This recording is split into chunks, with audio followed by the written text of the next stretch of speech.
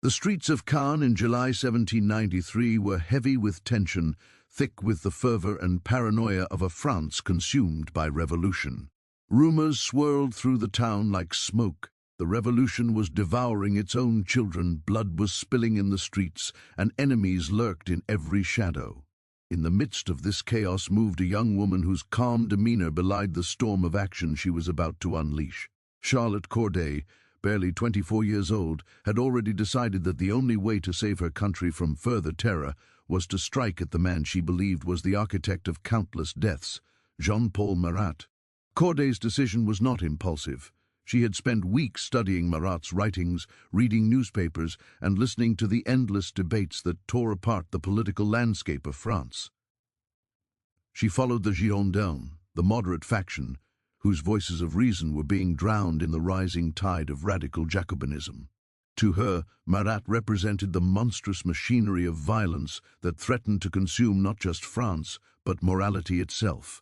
Each public execution, each call for denunciation, each written decree that encouraged death and terror hardened her resolve. On that fateful day when she left her quiet life behind to confront destiny, Corday walked through the cobbled streets of Caen with deliberate composure. She carried no weapon in plain sight, yet her heart carried a resolve more dangerous than any blade. The tension in the city was palpable. Revolutionaries, ever vigilant for enemies of the state, eyed strangers and neighbors alike with suspicion. Any unusual movement, any whisper of dissent could draw immediate attention and prompt violent consequences, and yet Corday moved with the serenity of one fully committed to her purpose, the calm before a storm that no one in the city could foresee.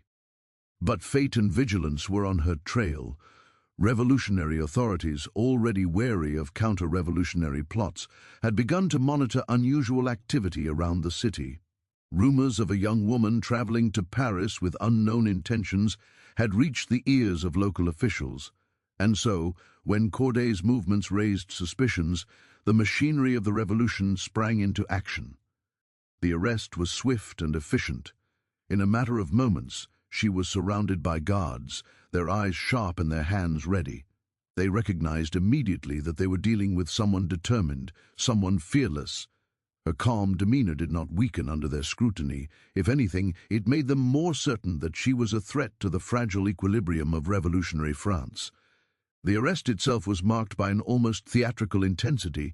Guards approached her with the authority of the state, their voices commanding and cold, their presence a physical assertion of control. Corday, for her part, did not resist. She knew resistance would achieve nothing and could only serve to hasten the inevitable. Instead, she faced the situation with a quiet dignity, a determination that both unnerved and frustrated her captors. Their questions were immediate and probing. Who are you meeting? What is your purpose?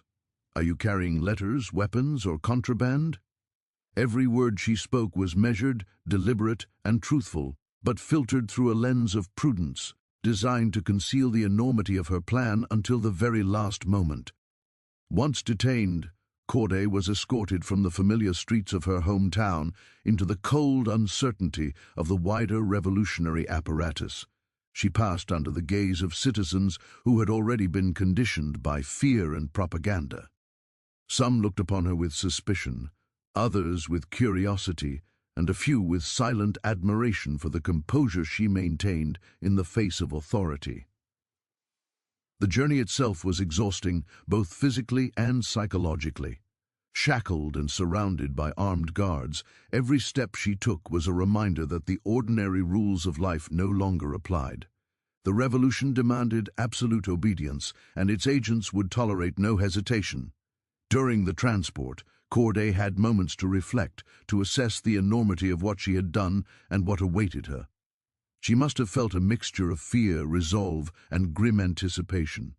Fear for the uncertainty of her own fate, resolve that her actions were necessary for the greater good, and anticipation of the consequences that were already inevitable.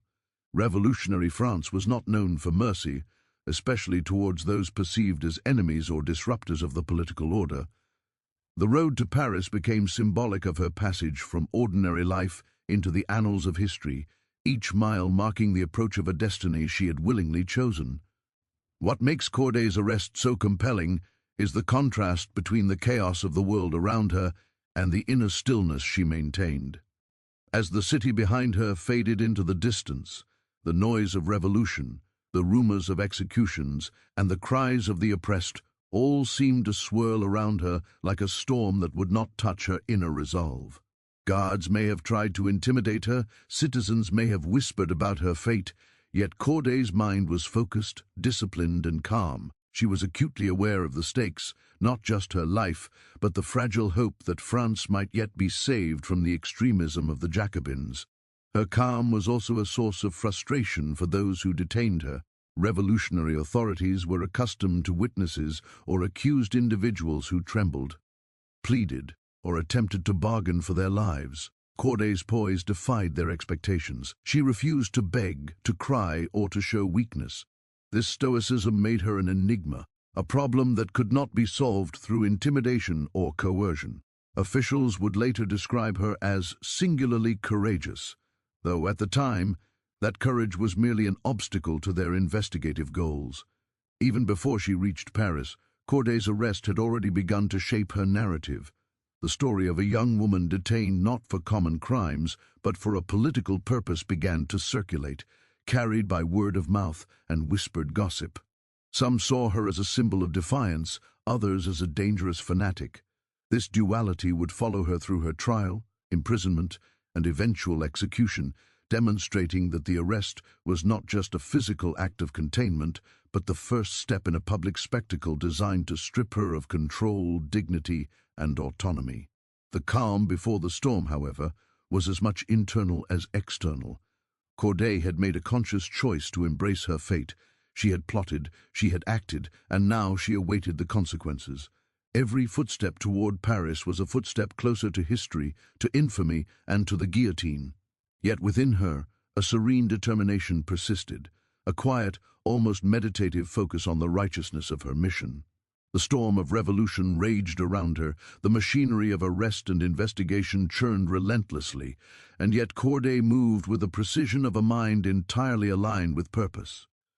In retrospect, the arrest marked the beginning of a horrific chain of events that would culminate in her execution, but in that moment it also marked the crystallization of her courage.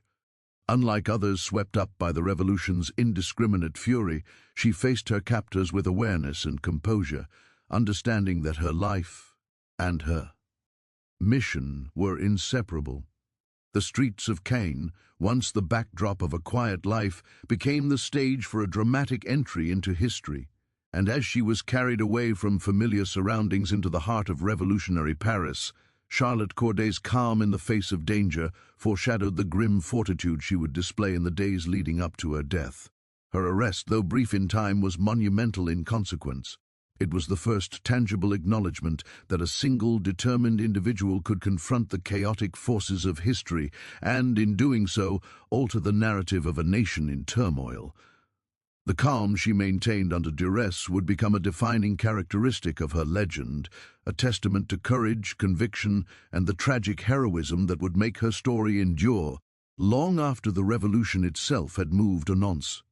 Charlotte Corday arrived in Paris. The city's revolutionary fervor quickly enveloped her. The cobblestone streets that had once echoed the ordinary rhythm of city life now throbbed with tension, suspicion, and an almost theatrical obsession with vigilance. Rumors traveled faster than footsteps, and the smallest act or utterance could be twisted into proof of counter-revolutionary activity. For Corday, the journey from her hometown to the heart of revolutionary Paris marked the end of physical mobility and the beginning of an entirely different ordeal. The merciless psychological pressure of interrogation by authorities who thrived on fear and spectacle. From the moment she was handed over to the revolutionary officials, it became clear that the goal was not merely to determine facts, but to strip her of her dignity and autonomy. Corday was no ordinary suspect. She had committed an act that reverberated across the political landscape, the assassination of Jean-Paul Marat, the voice of the radical Jacobins and a symbol of the revolution's rel. Endless momentum. To the authorities, she was both a criminal and a spectacle, an opportunity to demonstrate the revolution's vigilance and the consequences of defiance. Her initial interrogations were formal, yet laced with menace.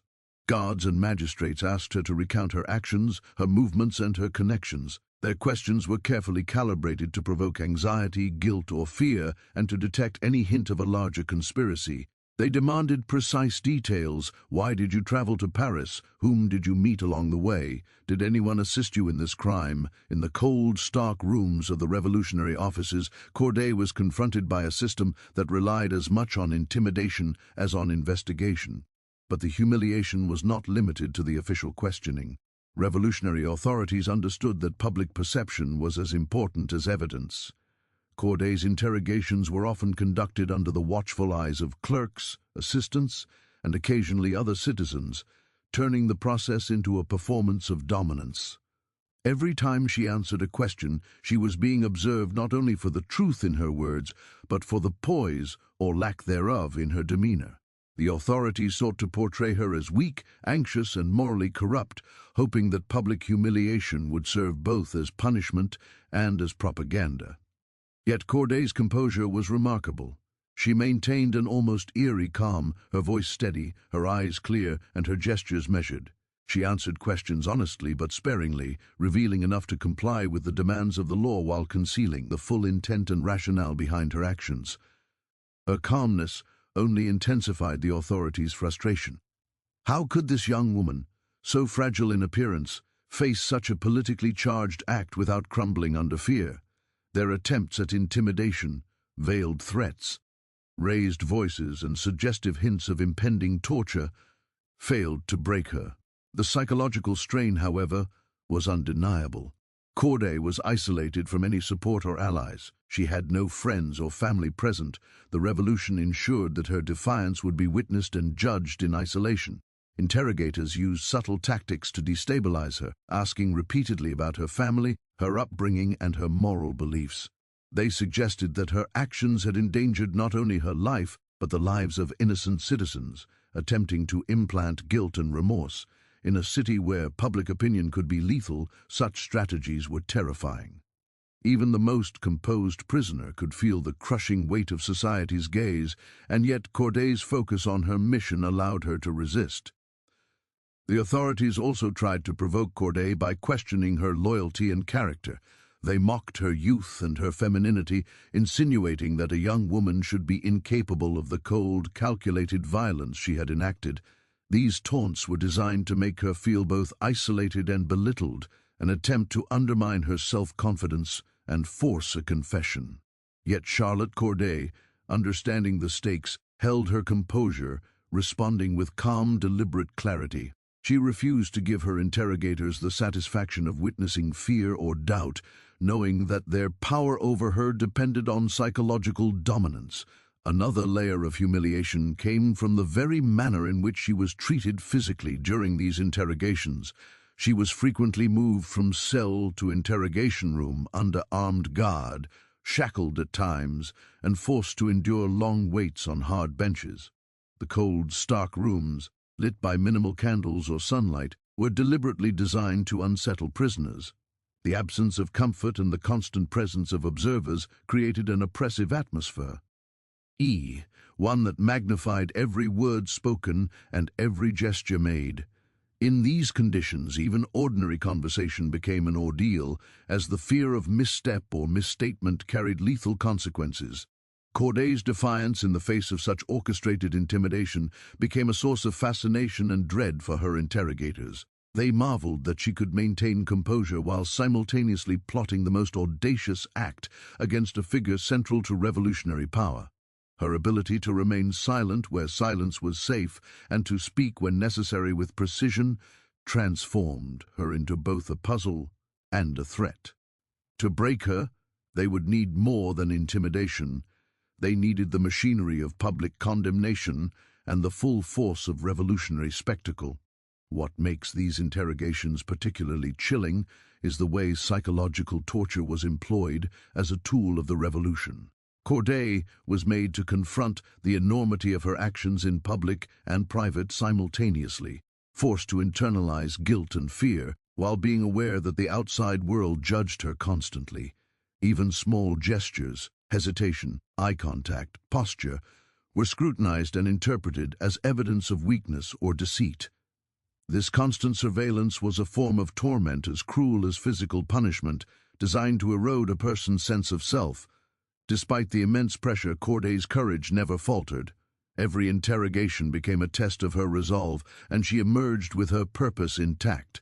Her poise not only frustrated her captors, but began to shape her narrative in the eyes of the public. Rumors began to circulate. A young woman had struck at Marat, and she had done so with remarkable courage and composure. This perception would become a key element in her posthumous reputation, transforming her from a simple assassin into a symbol of determined, almost mythic resolve.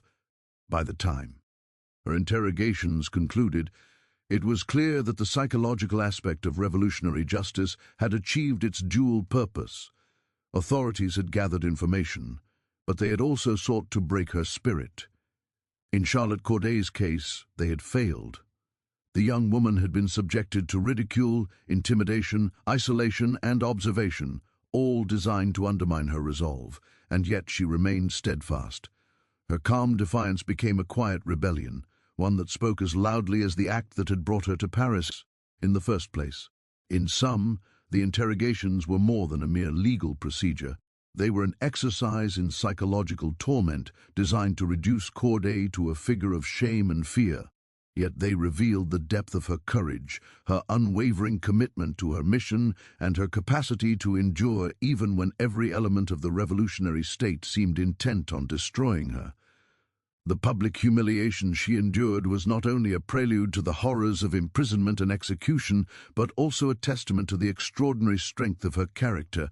The inquisition and interrogation phase of Corday's capture illuminates a crucial paradox. In a system designed to crush the individual, her inner resolve became her power. The very methods intended to humiliate her only highlighted her composure and moral determination. In the shadow of a society consumed by paranoia, violence, and fear, Charlotte Corday's stoicism set her apart, foreshadowing the courage she would display in her final hours before the guillotine. After the relentless interrogations, Charlotte Corday was plunged into a world designed to break her in ways that went beyond words.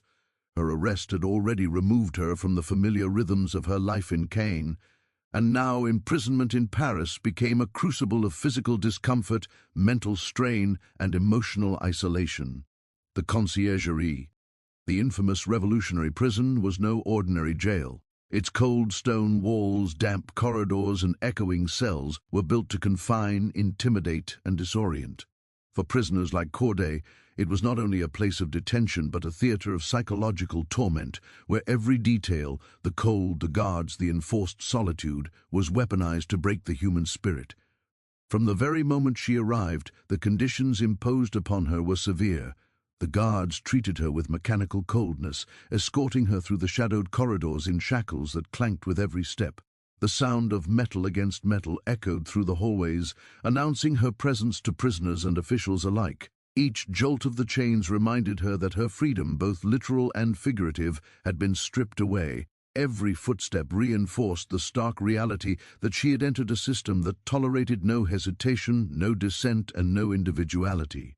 For Corday, this was the first stage of a slow, methodical process designed to erode both body and mind. Her cell, small and sparsely furnished, offered little comfort. The floor was stone, damp from centuries of neglect and the natural seepage of the prison's foundations. A single straw mat, thin and coarse, served as her bedding, inadequate for warmth or rest. The walls, grey and imposing, seemed to close in with each passing day, creating a sense of suffocation that was as psychological as it was physical. Light entered only through a small, high window, filtering through bars to form narrow strips of daylight that shifted slowly with the sun. These narrow bands of light marked the passage of time, but did little to alleviate the oppressive atmosphere. Isolation was as cruel as the physical discomfort. Corday was cut off from any meaningful human interaction beyond the necessary contact with guards and officials. Friends, famille, and allies were denied access. The prison was a place where the revolution's enemies were intentionally kept apart from one another, forcing prisoners to confront fear, uncertainty, and anxiety without comfort or counsel. In this enforced solitude, every thought became magnified, every fear intensified, and the mind, left to wander, could easily turn against itself. For Corday, who had prepared herself mentally for her mission, the isolation tested the limits of her resolve. Food was another instrument of deprivation. The meals she received were minimal, often cold and tasteless, insufficient to sustain her physically or provide any psychological comfort. This enforced hunger served multiple purposes. It weakened prisoners physically, heightened emotional fragility, and underscored the absolute control that the revolutionary authorities wielded. Even the most resilient prisoner would feel the strain of hunger compounded with fear, cold, and isolation. For Corday, whose mind and body were both under siege, these small cruelties added up, reinforcing the sense that she was trapped in a system designed to crush the human will. Yet perhaps the most insidious aspect of her imprisonment was the psychological pressure exerted by the constant presence of guards and the looming threat of the guillotine. While the interrogations had ended, their echo remained, leaving her in a state of perpetual vigilance. Every footstep outside her cell, every murmur in the corridors, every flicker of shadow through the barred window was a reminder of surveillance and impending judgment. The revolutionary authorities understood that the anticipation of pain, uncertainty, or death could be just as debilitating as physical punishment. For Corday, this meant living under a constant shadow of fear, where every moment was imbued with the weight of impending doom. Moreover, her imprisonment, as intentionally publicized, albeit subtly. Guards and officials treated her as a figure of observation, ensuring that her movements, posture, and behavior could be reported and commented upon. The revolution's machinery understood that humiliation could be magnified through observation and rumor.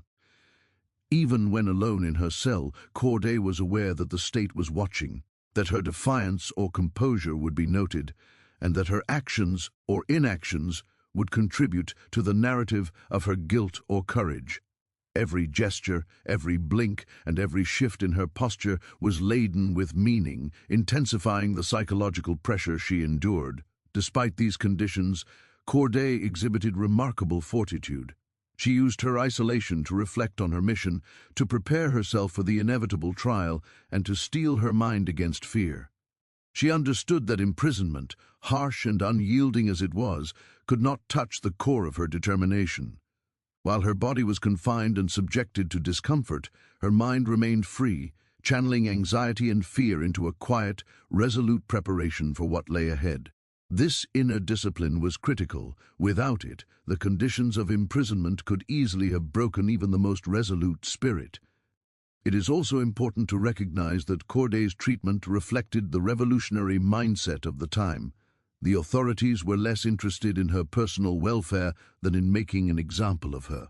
The revolution thrived on fear as a tool of control, using imprisonment as both punishment and spectacle. Every element of her confinement, the chains, the isolation, the cold, the hunger, was designed to reinforce the state's dominance and to demonstrate the consequences of acting against revolutionary ideals. In this sense, the conditions she endured were not merely incidental hardships, but intentional instruments of psychological war. Yet paradoxically, these conditions also highlighted Corday's extraordinary courage. While the prison sought to degrade her, it also revealed her resilience. In the dim light of her cell, surrounded by the echoes of despair and the specter of death, she maintained clarity of purpose. Each day of confinement strengthened her resolve. Each moment of solitude allowed her to reflect on the justice of her actions, and each affront to her dignity became an opportunity to affirm her inner strength. Her ability to endure and maintain composure under conditions deliberately designed to intimidate and humiliate stands as a testament to her courage and determination. The days in the conciergerie blurred together in a cycle of monotony, discomfort, and mental strain. Guards came and went, meals were delivered, and the echo of distant footsteps and conversations reminded her of a world from which she was cut off. Yet even in this monotonous torment, Corday's thoughts were sharp, her resolve intact, and her courage unbroken. She had entered the prison a young woman committed to a dangerous act. She emerged each day with her sense of purpose reaffirmed, even as her body and spirit were tested by harsh and relentless conditions. In retrospect, the imprisonment of Charlotte Corday underscores the calculated cruelty of revolutionary justice. The conciergerie was not merely a place to hold prisoners, it was a tool of psychological and physical manipulation. Yet Corday's endurance also illustrates a remarkable human capacity to withstand oppression. Her isolation, deprivation, and surveillance were designed to intimidate, but instead they became the crucible in which her courage was forged. Ultimately, the conditions of her imprisonment, shackled, isolated, cold, hungry, and under constant observation, were harrowing in their intensity. They stripped her of autonomy, challenged her resolve, and exposed her to relentless psychological pressure. Yet through it all, Charlotte Corday remained composed, defiant, and determined. Her time in the conciergerie was not only a prelude to the horrors of her trial and execution, but also a testament to her extraordinary ability to maintain dignity and courage in the face of a system designed to destroy both. Charlotte Corday's trial began on July 17, 1793, at a moment when Paris was still reeling from the shock of Jean-Paul Marat's assassination. The city's revolutionary fervor had transformed grief into fury, and the courts were primed to demonstrate swift, uncompromising justice. Corday, a young provincial woman, was thrust into the eye of a political storm where the boundaries between justice and spectacle had all but vanished. From the outset, her trial was less a judicial proceeding and more a public theater designed to punish her body, terrorize the citizenry, and showcase the revolution's absolute power. The courtroom itself was imposing, designed to overwhelm the individual and amplify the weight of the state. High ceilings echoed every footstep, and long benches accommodated the officials, judges, and clerks who were essential witnesses to the event. Even before Corday entered, the room was alive with murmurs. Citizens, officials, and revolutionaries had gathered, eager to witness a drama that transcended ordinary law. For the revolution, public trials were a form of moral theater. They were meant to intimidate potential dissenters, galvanize supporters, and underline the consequences of defiance. Corday's very presence as a young woman who dared to strike against a revolutionary icon challenged the narrative the authorities wished to project, making her trial a focal point for both fascination and condemnation. When Corday was brought into the courtroom, her appearance immediately drew attention. Dressed simply, without the elaborate attire that might have signified wealth or status, she carried herself with a composed dignity that contrasted sharply with the frenzy surrounding her. Her calm gaze and deliberate movements unsettled many in attendance. To some, she appeared almost serene, as though she were detached from the chaos. To others, her calmness was infuriating, an affront to the fury and grief they expected from someone accused of such a heinous act.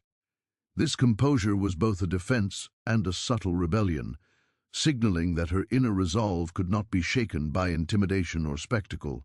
The proceedings themselves were intense, blending legal questioning with elements of political theater. The judges demanded that Corday recount her actions in detail, the planning of the assassination, her motivations, the journey to Paris, and any conspiratorial connections. Each question was layered with implicit threats, designed to provoke confession or display fear. Interrogators pressed her relentlessly, often interrupting her answers, challenging her reasoning, and framing her motives as morally corrupt. In a courtroom saturated with tension, the expectation was that a young woman would crumble, but Corday maintained clarity and focus, answering truthfully yet carefully, never betraying her inner strategy or justification. The public dimension of the trial added another layer of pressure. Citizens seated on benches, standing along walls, or peering through doorways became part of the audience, their reactions shaping the psychological landscape of the courtroom. Every gesture, every shift of her eyes, every inflection in her voice was subject to scrutiny.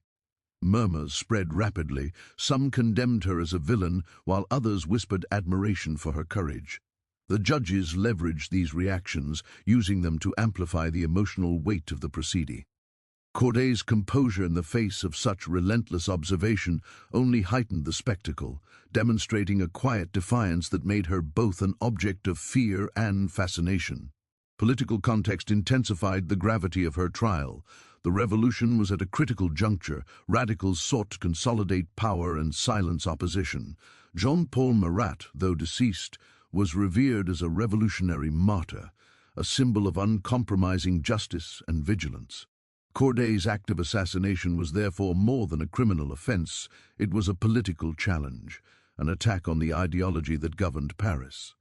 The judges, aware of the stakes, conducted the trial with an almost performative severity, ensuring that the outcome reinforced the revolution's authority. Public execution was already anticipated, and the courtroom proceedings became a rehearsal of societal condemnation, a platform for the state to assert dominance over both individual and collective conscience. Throughout the trial, Corday's responses reflected a combination of moral conviction, political reasoning, and personal courage. When questioned about why she had killed Marat, she explained that her intent was to save France from further bloodshed, to protect innocent lives from the escalating violence of revolutionary excess. She framed her actions as a moral imperative, a calculated intervention against tyranny disguised as popular rule. Her articulation of purpose was precise, coherent, and unflinching. This clarity enraged her accusers, for it refused to present her as a mere criminal. She was instead a calculated agent of conscience, whose intellect and courage challenged the very foundation of revolutionary authority. The judges attempted to undermine her credibility by highlighting her youth, gender, and provincial background. They insinuated that a young woman should be incapable of independence. Political thought that she had been influenced or manipulated by others, and that her motives were inherently suspect. These tactics were designed to diminish her moral agency and portray her as a pawn rather than an autonomous actor. Yet Corday, ever composed, countered such insinuations not with defiance alone, but with reasoned argument, demonstrating a depth of understanding that belied the prejudices of her interrogators. Her calm rationality, in a room charged with emotion and expectation, amplified the contrast between her composure and the surrounding chaos. The intensity of the proceedings also extended to emotional provocation. The judges and officials, aware of the public audience, repeatedly emphasized the horror of Marat's death, the grief of his followers, and the threat to revolutionary ideals. Corday was made to confront the human consequences of her action, to face both the anger of individuals and the ideological weight of the state. In other circumstances, such emotional appeals might have elicited tears, fear, or hesitation. Corday's response was remarkable. She acknowledged the gravity of her deed without capitulating to shame or panic. Her fortitude under emotional assault demonstrated a psychological resilience that would become central to her historical legacy. Every day of the trial was a rehearsal for the final act, the guillotine. The courtroom proceedings, though ostensibly judicial, functioned as a narrative prelude to public execution, establishing her guilt, reinforcing social norms, and constructing a story of moral and political consequences. Corday, aware of this trajectory, navigated the trial with the dual purpose of asserting her rationale and preserving her dignity. Her careful, articulate responses ensured that while the revolution would claim legal victory, her courage, moral reasoning, and unwavering composure would endure. In the public memory. By the conclusion of the trial, it was clear that the revolutionary authorities had achieved their procedural objective, a swift condemnation. Yet in achieving this, they had also highlighted Corday's extraordinary qualities. Her calmness in the face of hostile judges, her reasoned explanations for her actions, and her unbroken demeanor under intense scrutiny created a narrative of courage that rivaled the intended spectacle of fear. The trial, intended as a mechanism of humiliation, instead revealed her intellectual clarity, moral conviction, and psychological strength. In the end, Charlotte Corday's trial was a harrowing blend of legal procedure, public theater, and political messaging. The courtroom became a stage on which the revolution enacted both justice and spectacle, and Corday's presence transformed that stage into a showcase of human courage. Her ability to maintain composure, reasoned thought, and moral conviction in the face of relentless interrogation, scrutiny, and provocation ensured that while the revolution would control her fate, it could not dominate her spirit. The trial, like her imprisonment before it, foreshadowed the fortitude she would display in her final hours and cemented her place in history as a figure whose courage and resolve transcended the brutality of her surroundings. Final hours of Charlotte Corday's life unfolded in a grim procession of fear, ritual, and unrelenting psychological intensity. After days of imprisonment, interrogation, and trial, she faced the ultimate reality of revolutionary justice, the guillotine. The revolution had long perfected the art of public execution, transforming death into both spectacle and instrument of power. For Corday, these last hours were marked not only by the inevitability of death, but also by the meticulous orchestration of humiliation, fear, and ceremonial ritual, designed to reinforce the state's dominance.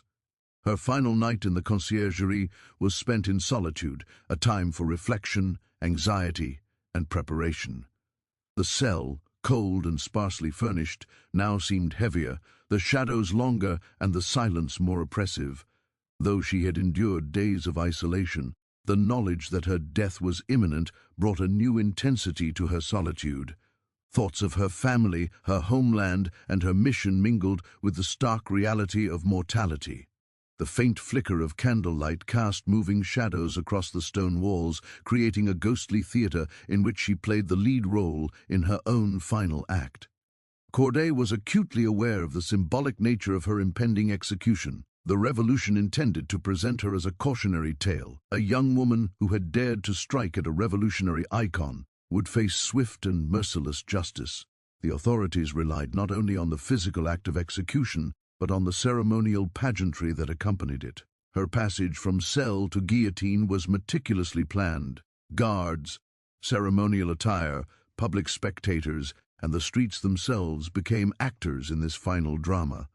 In this, the revolution demonstrated its power over both body and narrative, ensuring that every element of her death reinforced the authority of the state. The physical preparations for her execution were deliberate and designed to emphasize vulnerability. Corday was stripped of shackles and dressed in a simple white gown, symbolizing both purity and the inevitability of death. The white fabric contrasted starkly with the grey stone of the prison and the dark uniforms of the guards, making her presence in the public eye unmistakable. The guard's demeanor was intentionally rigid and authoritative, reinforcing the message that the individual, regardless of courage or intent, was entirely subordinate to the machine. Eerie of revolutionary justice, the march from the conciergerie to the Place de la Révolution, the square where the guillotine awaited, was both physical and psychological torment. Corday was escorted under armed guard, each step echoing through the narrow streets of Paris. Crowds lined the route, some jeering, others watching in morbid curiosity. The city itself seemed complicit in the spectacle, the air thick with anticipation, tension, and the expectation of violence. Every footstep brought Corday closer to the instrument of death, and yet she maintained composure, her gaze calm, her posture deliberate, her breathing controlled. This public display of courage only heightened the crowd's fascination and fear as they observed a young woman confronting mortality with unyielding resolve. The psychological torment of this procession cannot be overstated. Corday was acutely aware of the eyes upon her, friends, strangers, enemies, and the state itself. The crowd's reactions shifted constantly. Some screamed insults, others whispered in awe, and many merely stared, transfixed. Every sound, every movement, and every glance served to remind her of her isolation and the inevitability of her fate. The revolution had mastered the art of turning public attention into a tool of control, and Corday, though undaunted, had no escape from this theater of fear. At the Place de la Révolution, the guillotine awaited, its gleaming blade and wooden frame a stark, uncompromising symbol of the state's power. The square had been prepared for maximum visibility, ensuring that the execution would be a public event. Citizens crowded the area, their anticipation palpable, while officials and guards maintained strict order.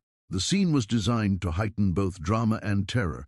The guillotine was not only an instrument of death, but also a visual lesson in the consequences of defiance. Corday's approach, calm and dignified, provided a stark contrast to the chaos and emotion surrounding her, emphasizing her courage and the singularity of her resolve.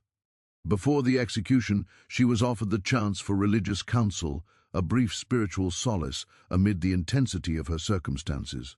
Corday, known for her moral conviction, accepted the visit, engaging in quiet reflection and prayer. This moment, though brief, allowed her to mentally prepare for the final act, to reconcile her mission with the inevitability of death, and to find inner calm amid the storm of public scrutiny and ceremonial terror. The guards, officials, and spectators were forced to witness her composed demeanor, further emphasizing the paradox of a young woman standing resolute before an instrument of ultimate violence. As the moment of execution approached, Corday's psychological fortitude became even more evident. She mounted the scaffold with measured steps, each movement deliberate and composed. The crowd's noise faded into a distant hum, replaced by the singular focus on her presence, her calmness, and the mechanism that would end her life. The blade of the guillotine, sharp and merciless, loomed above, yet Corday's courage remained undiminished.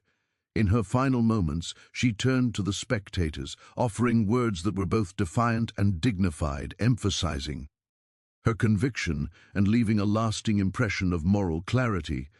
The execution itself, though swift, was the culmination of an extended ritual of psychological torment and public spectacle.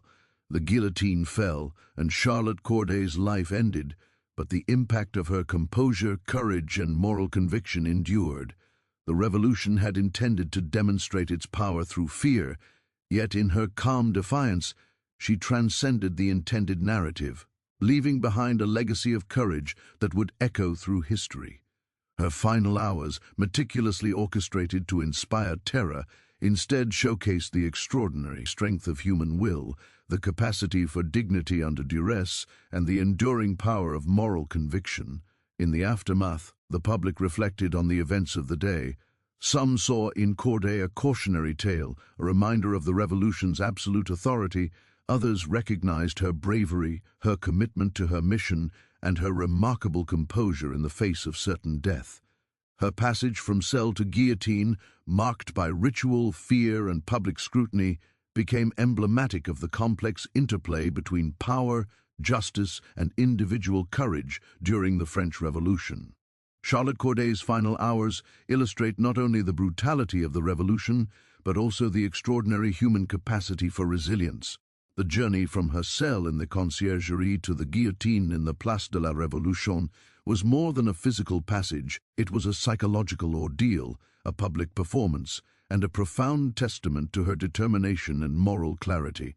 Every step, every glance, and every gesture underscored her courage, leaving a historical legacy that continues to fascinate, inspire, and haunt observers centuries later. Ultimately, the terror, ritual, and scrutiny of her final hours were designed to diminish her, to reduce her to a cautionary symbol, and to reinforce the revolution's dominance. Yet Charlotte Corday, through calm composure, moral conviction, and unwavering courage, transformed the spectacle into a demonstration of inner strength and dignity. Her march to the guillotine, though intended as a moment of fear and submission, became a defining act of heroism, immortalizing her in history as a figure whose courage and resolve transcended the cruelty of her time.